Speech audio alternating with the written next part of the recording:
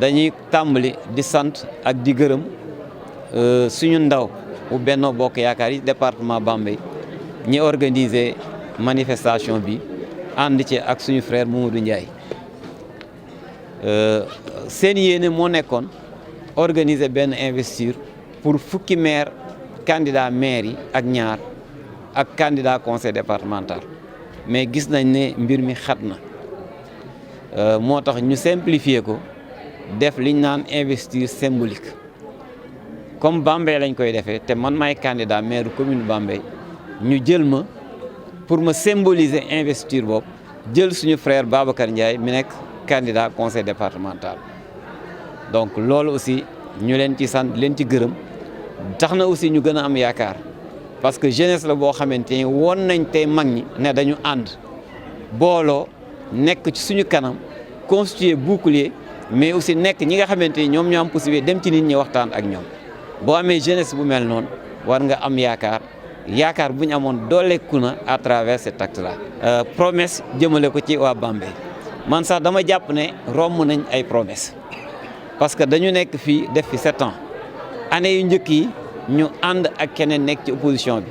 bi ñu dem ba jël suñuy responsabilité génn ca loola tàllal loxo son excellence le président de la république ànd ak moom ci liggéey bi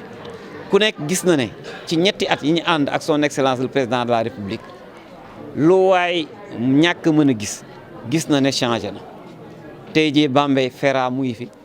tey jii Bambey UCG mu ngi fi tey jii Bambey PACASEN mu ngi fi mu permettre ñu réaliser poste de santé permettre ñu reprendre la mairie permettre ñu reprendre la place de l'indépendance permettre ñu construire espace jeune tey jii stade bi mu ngi évoluer te son excellence le président la jàpp leen ci ñu am benn stade aux normes FIFA am gazon synthétique ak toutes les commodités tey jii li Bambey yooyu gënoon a jooy te mu metti woon trop parce que dañ daan toog di wax naan Bambey boo fi dëkkee ñaari facture ngay fay muy ndox bu neex bi yàlla def ci bëgg-bëggu son excellence le président de la république mu jox ñu ko ak yeneen yoo xam ne def nañ ko ci wàllu jàngale bi jàppale école yi yeneen yoo xam ne def nañ ko ci wàllu santé jàppale hôpitaux yi en matériel jàppale leen en médicament jàppale leen même ci carburant boo xam ne dañ koy évacuer population yi nga xam ne dañoo tawat ñu war leen a référer yóbbu leen feneen kon loolu bu amee je pense que ñoo ngi ci yoon bopp donc suñu candidature ni ma ko waxee sànq ci tubaab ci continuité la maanaam li nga xam ne dañ koo dooroon ci ñetti at yooyu te réaliser ko ñëpp gis ko loolu la ñuy pérenniser maanaam fexe ba képp ku soxla ndox ci dëkk bi nga am ko muy ndox aussi bu baax fexe ba courant bi dem fépp pare qualité bi amélioré fexe ba assainissement bu baax am dama ko wax nii de manière générale parce que programme bi fii ak i fan ñëpp dinañ ko xam dañu nekk début campagne ñu koy lancé tey mais ci biir campagne bi dinañ wax suñu réalisation mais aussi dinañ teg programme bi nga xamante ne ni foofu lañ ko jëmee Bambey te liggéey nañ ci ay experts yoo xam ne ni ay jeunes Bambey waa lañ ñoo xam ne pendant 48 heures loolu lañ gën ci liggéeyaat te incha allah d'ici lundi dinañ génne programme boobu pour que ñëpp xam d'ici 2026 fan lañ yóbbu Bambey. waaw kontaan nañ ci mais kontaan ci nekkul ne lépp a dox kontaan nañ ci parce que am na lu bëri loo xamante ni def nañ ko fi te bu ñu comparé li ñu def ak li nga xamante ni ñi fi jaaroon avant ñun def nañu y a lieu vraiment d'être content parce que ñi fi jaaroon xam nañ liñ fi def ñun depuis bi ñu àndee ak son excellence le président de la République yaakaar naa ni liñ fi def triplé na sax li nga xamante ni ñooñ fi jaaroon loolu lañ fi def mais nag comme ni ma ko waxee sànq kontaan tekkiwul ne lépp a dox. waaw Babacar sa ñaan yàlla nangu parce que ay millions lañ wax waxuñu ay milliards dañu ne déjà li nga xam ne ni priorité la mooy ndox parce que boo xoolee Bambey màgg na am na ay quartiers yu bees yu judd quartiers yooyu soxla nañ ndox ci programme PACASEN bi nga xamante ni dañ ko am au niveau de la commune de Bambey ñu bénéficier wu ci programme buy articulé wu ci juróomi at dafa am 8 critères yoo xam ne nii moom lañ lay wax nga remplir ko 8 critères yooyu année boo ko remplir da ngay am un financement de 76 millions 76 millions yi njëkk am en 2020 moom lañ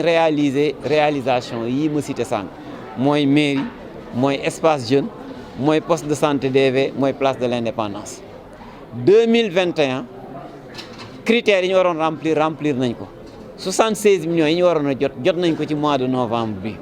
ak loo xamante ni ci ressource propre la muy 104 millions yoo xamante ni li ci ëpp ci li ñu programmé pour lool mooy ndox mi loolu c'est un programme qui est déjà ficelé, budgétisé et voté dans le budget de 2022. Donc loo xamante ni obligatoirement dañ koy réaliser pour l'intérêt des populations. waaw liggéey rek moo koy joxe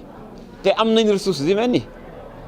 xale yi nga gis fii ñoom ñëpp ay cadre lañ wax naa ko sànq ñun amuñu jeunes yoo xam ne dañuy toppee di sànni ay xeer ak di sol ay t-shirt di yuux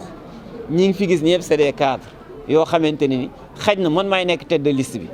mais équipe bi ciy juddoo nekk une équipe de 56 personnes ñi ci ëpp dañu am ay compétences te compétences yooyu buñ ko dajalee cadre yaa ngi fi médecin yaa ngi fi ñu mel ni Awa Sène Diop ñu ngi fi am ay partenaires am yàgg nañ jàppale dëkk bi loolu yëpp buñ ko dajalee ak influence positive université bi ak aussi position géographique Bambey parce que Bambey soo génnee Dakar ak Thiès région de Diourbel moom nga ciy teg c'est la région centre Dakar ak Thiès daanaka fees na en termes d'investissement donc Bambey mooy ci topp autoroute à péage bi réduire na distance yi de telle sorte que boo jógee Dakar 1 heure de temps di nga dugg Bambey tali bi nga xam ne son excellence le président de la République daf koy defar mu jógee Baba Garage dem ba vers les régions nord bu pare Bambey parmi les 46 départements est le seul département boo xam ne mën nga fi jóge dem dans toutes les 14 régions du Sénégal te loolu investisseurs yi dañ koy xool donc boo boolee position géographique la qualité de ses ressources humaines l'influence de l'université ak ndimbalu yàlla ak liggéey Bambey mën na nekk 4e ville du Sénégal d'ici 5 ans derrière Dakar, Thiès et Touba. ñi ngi sant d'abord la presse di sant tey ñi nga xam ne ñooy ndaw yi département bi nga xam ne ñoom ñoo am initiative pour organiser dans les 12 communes investiture mais ñëpp xam nañ ni tey la campagne bi tijji te aussi xat na parce que ku ci nekk da nga am lu lay xaar léegi ci kaw loolu ñu ne nañu def pour investir le candidat Gana Mbaye et le candidat du conseil départemental bi nga xam ne moom fépp la war a dem ci département bi ñu ñëw ànd ci ak ñoom ñu leen ciy féliciter ñoom ñëpp nag donc ñun suñu yéene ci département bi parce que yéene la ñu am du promesse parce que la promesse tubaab dafay wax ne la promesse est une dette ñun on va avoir une dette avec le département de Bambey mais pas sous forme de promesse dette boobu mooy dañu defar un programme depuis que le président de la République am ci ñun confiance dañu développer un programme développer ko ci ay axes yu différents ñu tuddee ko un projet de programme d'axe thématique ak i thèmes yu wuute aussi ñu mën ci tànn rek ay quelques thèmes parce que xëy na mënuñu développer tout ce projet de programme là à travers fii ñu jël éducation parce que dañuy wax ne bu fekkee da nga bëgg am peuple bu baax da nga bëgg am askan bu baax mais il faut nga jàngal saw askan te askan boobu mënuñu leen a jàngal te amuñu école yu baax mënuñu leen a jàngal te amuñu système éducatif bu baax loolu aussi pour mu mën a nekk il faut que mu am des lycées de proximité am des collèges de proximité comme li nga xam ne moo amoon maire yi nga xam ne ñoo fi nekk présentement liggéey nañ ci liggéey bu am solo waaye liggéey boobu niñ ci waroon a accompagnement bi ñu ci waroon a am ak le conseil départemental actuel gis nañ ni dafa des bu baax a baax bon sur le plan sport waxuñu ko woon léegi parce que ñun dañu nekk un pur produit du mouvement nawetaan nekk un pur produit du mouvement Budoka parce que nekk nañ fi président zone nekk fi membre ODCAV nekk fi lépp donc loolu aussi tax nañu xam ci ban angle la ñu war a attaquer le monde sport de Bambey je pense que loolu ñun am nañ ci xalaat am nañ xalaat aussi pour jàppale AS Bambey bi nga xam ne mooy suñu équipe fañon ñu jàppale ko ba mu mën na fës ba mën a am ay trophées dans ce pays bu ñu jëlee aussi ci li nga xam ne tey mooy équité territoriale maanaam mooy yemale ñëpp parce que bëgg nañu tey bu ñu defee benn infrastructure ca Caxar ñu mën a xool nan la ñuy mën a defee aussi benn infrastructure ca Dingiraay en tout cas xool communes yi nga xam ne dañu sori communes yi nga xam ne infrastructure boobu dafay jëriñ nit ñi ñu yóbbu ko fa. donc loolu aussi am nañ ci yéene ci côté formation aussi am na ay centres de formation professionnels yoo xam te ni mi ngi fi ñooñu aussi fës nañ leen accompagner jàppale leen ba nga xam ni formation bi gën a mucc ayib ba ndaw ñi gën a mën a liggéey. sur le plan agriculture ak élevage aussi fas yéene nañu accompagner en tout cas les maires ci des fermes communales aussi fas nañ yéene aussi le centre national agricole bi nekk fii di Sénéra nga xam ne ay hectares de terre ñi ngi fay souffrir ñu xool hectares de terre yooyu nan la ñuy jàppalee la jeunesse avec des projets structurants ñu mën a développer en tout cas ces terres là ba mën ko exploiter. Donc je pense que côté boobu am nañ ci yéene te buñ ñu joxee aussi am nañu ay xalaat ak i partenaires yoo xam te ni pare nañu aussi pour ànd ak ñoom. Dans le cadre du partenariat coopération décentralisée aussi déjà présent parce que ñun ñoo nekkoon président commission décentralisée bu commune bu Ndangal te foofu aussi am na lu bëri lu ñu fa jànge sur ce plan te pare nañu aussi pour loolu ñu def transfert boobu ñu def ko pour le compte du conseil départemental. waaw sama investiture jur coow parce que man bu fekkoon ni sama investiture coow li dafa jóge sax ci un membre de Benno Bokk Yaakaar wala mu jóge ci un membre de l'Alliance pour la République dina am lu ma metti waaye dafa jóge ci koo xamante ni moom daf fi nekkoon depuis 2004 su ma juumul mu nekk fi ministre ba 2012 wala bu nekkul ministre en tout cas mu nekk ci fi nga xam ne bokk ci ñi nga xam ne ñi gënoon sës le président Wade mu ñëw ba fii Bambey fanaan fi waaye tey yéen Bambey ñi nga xam ne ñoo dëkk Bambey mënuñoo wax benn nit boo xamante ni tey dañ ko naan un ancien DG wala un ancien directeur national wala un ancien chargé de mission wala un ancien en tout cas kilifa boo xamante ni tey Aïda Mbodj moomu tey di wax faxere woon na ba Ablaye Wade nommé ñooñu parce que même ñi fi nekkoon parce que ñun aussi ñoo nekkoon la jeunesse de l'UJTL la jeunesse du PDS xam nañ bu baax li nga xam ne moo fi doon am xam nañ bu baax moom ni mu doon xeexe nit ñi fi nekkoon. Donc man dama jàpp ne nit ki bu fekkee ni da ngay gëm yàlla Aïda Mbodj dafa retraité te retraitam boobu nag dinañ ko wan au soir du 23 janvier te li tax moom nangut a présenté au conseil départemental parce que moom la ñëpp doon xaar mu dem jëli ku kenn xamul teg ko mais loolu du terewu que ni moom victoire bi défaite bi kenn mënu ko ci génne parce que tey mi ngi jóg di ànd ak kooku moom ba mu demee ba wóolu kooku waroon na ko bàyyi mu ñëw mu demal boppam sur le terrain parce que man sur le terrain man maay demal sama bopp sur le terrain rencontrer les populations wax ak ñoom te it kuy wax ne président Macky Sall xamu la mais loolu ay waxu ku daanu sa sareet la